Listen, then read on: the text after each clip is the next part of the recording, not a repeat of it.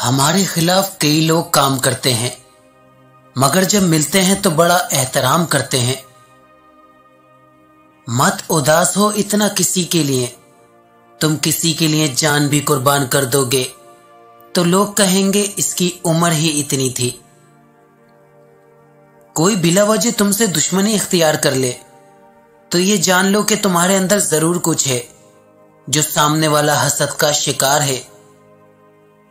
अल्लाह जब किसी को माफ करने की सलाहियत देता है तो दरअसल उसे ये इत्तला देता है कि मैं तुम्हें माफ करने वाला हूं। हर इंसान को उसके माजी के किसी एक वाकये ने इतना बदल दिया है कि वो कभी भी वैसा नहीं हो सकता जैसा कि उस वाकये से पहले था।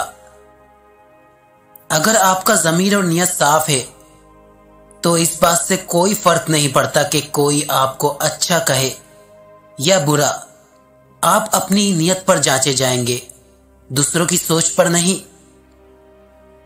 जब अल्लाह किसी से नाराज होता है तो उसे अपने से गाफिल करके किसी ऐसी चीज की तलब में लगा देता है जो उसकी किस्मत में नहीं होती।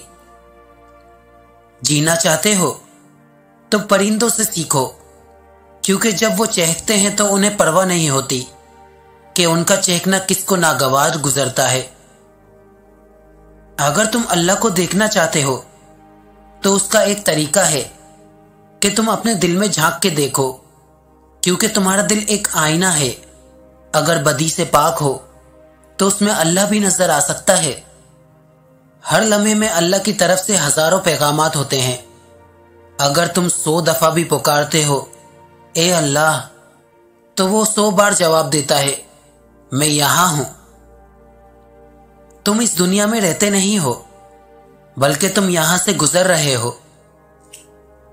कबूतर एक ऐसा परिंदा है जिसको घर ले आओ और उसकी अल्लाह की रजा के लिए खिदमत करो तो तुम्हारी जेब कभी खाली नहीं रहेगी।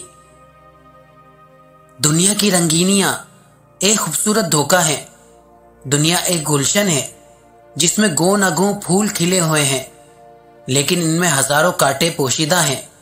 अगर तुम फूलों से दामन भरना चाहते हो तो तुम्हें तकलीफ के कांटों से दो चार होना पड़ेगा।